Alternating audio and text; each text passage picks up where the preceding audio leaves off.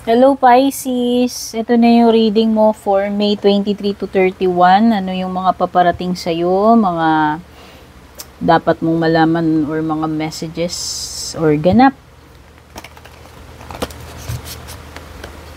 Kung napadpad ka dito sa page or channel ko, dito sa reading ko, baka talagang para sa'yo yung mga mensahe na nandito. Baka hindi coincidence na napadpad ka rito, Pisces.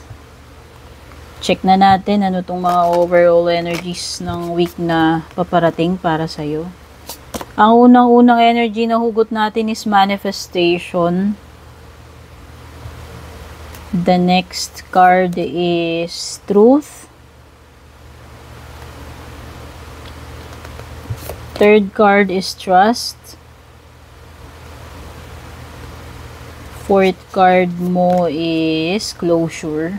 Oops, closure. Mukhang meron ng something na mabibigyan ng ending or conclusion kaliwanagan, no? Ayan na, finally, madidiscover mo na or malalaman mo na or marireveal na kung ano yung talagang katotohanan pagdating dito sa sitwasyon na to, Pisces. May some kind of revelation or answer na paparating sa'yo. Masasagot na yung what if or yung mga question mark sa isip mo kasi lilitaw na kung ano talaga yung totoo. Magkakaroon ng freedom ka kasi sinasabi nga nila, 'di ba, yung truth, it will set you free. Kaya nga magkakaroon na ng closure. So, yan, finally, masasagot na yung mga katanungan, mabibigyan na ng katapusan kung ano man pong matter na to, situation or concern na ito. Mabibigyan ka na ng closure finally. At magtiwala ka lang, ayan. Magtiwala ka lang, maging patient ka lang. Kasi mag-unfold lahat itong bagay na ito. Ayan, it's already manifesting. May mga manifestations na dito mag-unfold ito sa tamang timing. Pisces. Lahat ng mga nandito, yung truth, trust, and closure na yan. This week. So, answers are coming. Mapapatunayan yung dapat mapatunayan dito.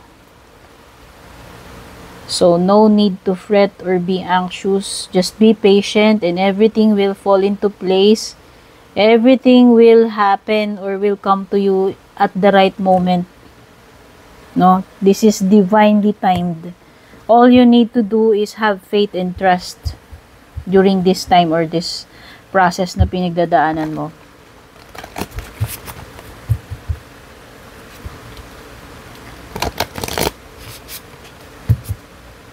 Ano pa? Overall energy mo. Animals. Baka ikaw ay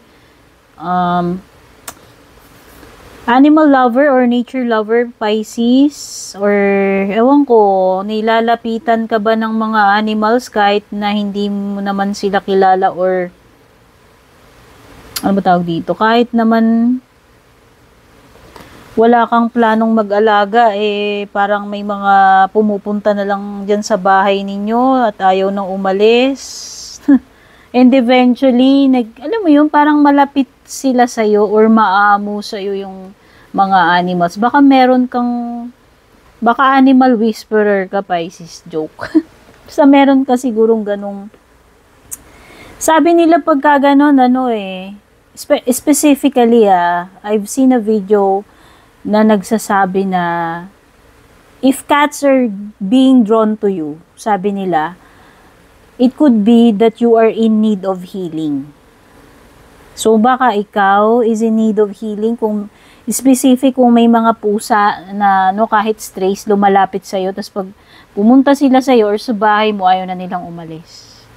Sabi nila daw, pwedeng aware ka man or hindi, meron something in you na kailangan ng healing. Or vice versa, kaya mo ring mag-heal. Baka may pagka-healer ka. Okay? Pwedeng ganyan. Or Or maybe this is just as simple as adopting a pet kung wala kang pet. No, maybe you're thinking about or considering getting a cat, a parrot, or a dog, no, or whatever pet na gusto mo i-keep. Okay? Or baka kung may pet ka na, this is something related to your pet. Pay attention, baka naman may dinaramdam yung pet mo, no? Ewan ko. Something related sa animal or nature or pet.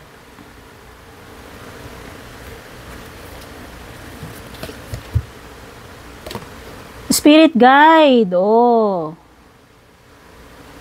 Baka nga may mga gabay ka, Pisces, at ang gusto nila ay manggamot ka, or baka meron silang mga ipinapagawa sa'yo, or baka naman ikaw ay clairvoyant, psychic, intuitive. May mga guides ka, sila yung usually nagsasabi sa'yo ng ano yung mga dapat mong gawin, or maybe you are actively communicating dito sa iyong mga angels or guides. Baka lagi kang yung humihingi ng advice sa kanila, no? Nakikiconnect sa iyong mga angels and guides. So, pwedeng may mga signs kang marireceive kung ikaw ay intuitive or divinely guided. Basta mafe-feel mo na lang, malalaman mo may mga senyales dyan at maaaring yun yung mga kasagutan or next na dapat mong gawin.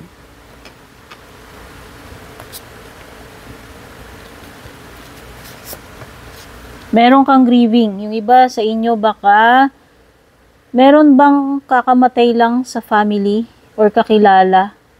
Kasi parang ito ay process ng pagdadalamhati. Merong loss, definitely. Kung wala mang pumanaw dito, pwedeng meron something na nawala sa'yo and you are terribly grieving about that loss na mararanasan mo kung mangyayari pa lang or nararanasan mo right now. May some kind of sadness, matinding sadness at pangungulila. Maybe you're missing someone, or maybe a past a special someone or a loved one na pumanaw na pwedeng hindi ka pa rin nakaget over. Kung hindi man siya pumanaw, pwedeng nawala siya sa buhay mo or nagkaiwalay kayo, pero until now parang nandun ka pa rin sa grieving process. Hindi ka pa totally healed, hindi mo pa totally natanggap 100% yung pagkawala na itong person na to. Or kung ano man to, kung hindi man person yung pinag-uusapan dito, basta you are still in pain or sad or suffering pagdating dito sa bagay or tao na nawala sa'yo, or opportunity kung hindi man yung bagay or tao. Okay? Andun pa rin yung masakit pa rin sa'yo hanggang ngayon. Pero yun nga, time heals, no? Kung ano man tong mga painful moments na pinagdadaanan mo, it will soon pass. Okay?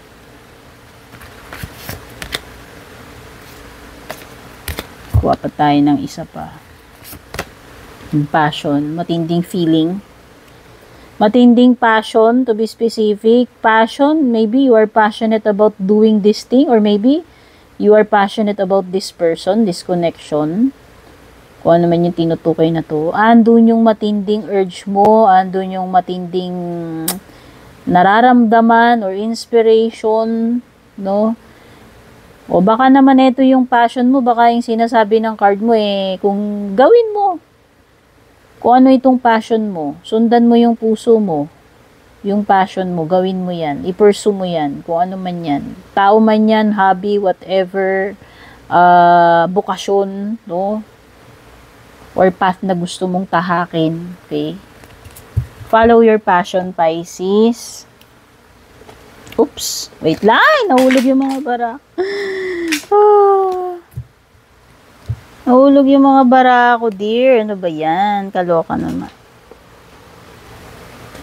Mamaya ko na yan pupulutin. Ano ba yan, Pisces? Bakit nahulog yung mga baraha? Kuha pa tayo ng mga cards para sa mo. Love reading. Oh, ito love reading mo, Pisces. Pwedeng masagap dito energy mo, energy ni person mo. Bahala ka ng mag-identify kung yung tinutukoy ba ng baraha ay energy mo, o energy nung kakonect mo. So, ayan na nga, nagpupumiglas yung baraha mong una, Four of Pentacles. This is Earth sign, Taurus, Virgo, or Capricorn. Meron ka ring Four of Cups, pwedeng another water sign na kapareho mo. Cancer, Scorpio, or Pisces. Five of Cups, water sign again. Meron ka ring Wands. Fire, Aries, Leo, or Sagittarius. Tapos sa bottom mo is Cups again. So malakas ang energy ng water. Okay, may water sign sa chart, may earth sign sa chart, or fire sign sa chart, sun, moon, rising, o Venus man niya yan, no? So maganda ko alam ninyo yung sun, moon, rising, Venus signs mo at saka ni person mo. Pag hindi nyo alam yon, i-google nyo lang how birth chart calculator. Dapat alam ninyo yung oras ng kapanganakan ninyo, yung exact na lugar kung saan kayo pinanganak. Okay? Tapos ika-calculate na yun para sa inyo. Malalaman nyo na yung sun, moon, rising, Venus ninyo. Maganda rin kasi yun para kung hindi ka nakaka-relate sa reading mo, halimbawa, sun sign mo, Pisces, tapos punta ka dun sa ibang sa moon mo, sa rising mo, o sa rising ni person, kung gusto mo ring panoorin yung reading ni person mo, di ba? Wala lang, tip ko lang yan sa inyo. So, ayan na nga, balikan natin tong chikan sa love life mo, Pisces. Meron ditong hanggang ngayon, kumakapit pa rin, still holding on dito sa connection na ito. Meron ditong person na natauhan na, nare-realize niya na yung value nitong person na to kung kailan wala na sa kanya. Oo, dati siguro, nandyan lang kasi tong person na to, kaya hindi lang pinapansin, hindi pinapahalagahan, na took for granted. Okay? Meron ditong nalulungkot, sobrang nalulungkot, nangungulila, missing this person, thinking of this person, tinatry niyang maglibang, i-divert yung attention niya, like gumigimik siya, lumalabas siya, nagpapaka-enjoy siya, naglalasing, pero alam mo yun, at the end of the day, mag-isa na lang siya, naisip pa rin niya tong person na to. So in short, this is a person na hindi pa rin maka-move on, hindi niya makalimutan. Still holding on Ayaw niya talagang bitiwan to. Siguro, na-in-love na talaga. Baka noong una, hindi siya in-love. Pinaglalaroan lang niya. Or ewan ko kung sino sa inyo yan. Bahala ka na, Pisces. Ikaw nakakaalam niyan. Hindi naman ako psychic. Basta, para sa kanya, napakahalaga na itong tao na to. Ngayon lang niya yung napagtanto. Ngayon, ayaw niya mag-give up basta-basta. Ayaw niya itong i-let go. Kahit na kumakalas na to sa kanya or kinalasan na siya. Parang ganun yung napipick up kong energy. Laking panghinaya ngayon, no joke, Pisces. Kung sino man sa inyong dalawa to. Sobrang loss yung nararamdaman niya. Kaya pala may grieving dito. Ayan, still grieving, tumapat pa talaga. Para sa kanya, laki nang nawala sa kanya. Ang laking kawalan nitong person na to na napalagpas niya yung opportunity niya dito. Siguro ngayon sising-sisi siya. Ikaw man yan, yung person nakakonect mo.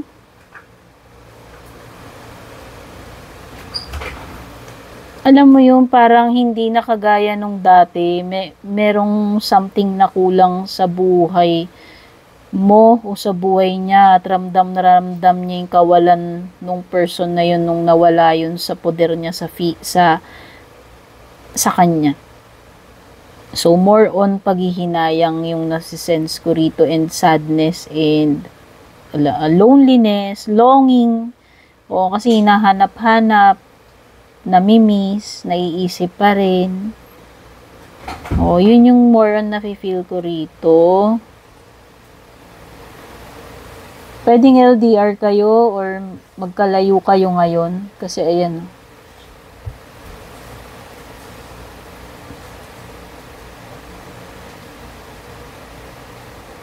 May mga pinaplano.